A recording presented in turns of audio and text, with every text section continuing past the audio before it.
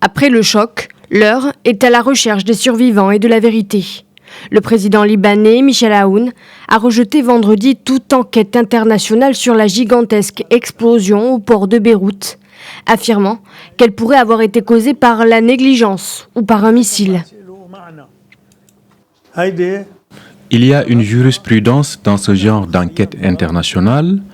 Elle dilue souvent la vérité.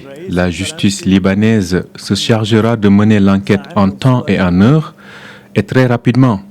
Car nous l'avons dit, une justice à retardement n'est pas une justice.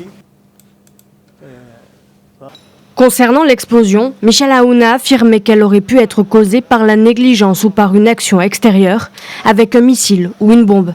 Jusqu'à présent, les autorités affirmaient en chœur qu'un incendie dans un dépôt de 700 tonnes de nitrate d'ammonium en était l'origine. Après des accusations en son encontre, dans les médias et sur les réseaux sociaux, le Hezbollah les a rejetées en bloc. Le Hezbollah ne possède pas d'entrepôt d'armes dans le port de Beyrouth, ni d'entrepôt d'armes, ni d'entrepôt de missiles, ni une bombe, ni une balle, ni de nitrate.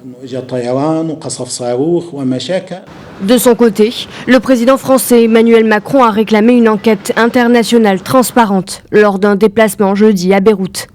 Cette puissante déflagration, la plus dévastatrice jamais survenue au Liban, a attisé la colère de la population contre les dirigeants du pays.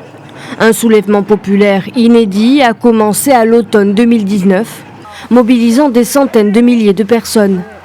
Des dizaines de personnes ont manifesté jeudi soir et des appels circulaient sur les réseaux sociaux pour une mobilisation anti-gouvernementale ce samedi.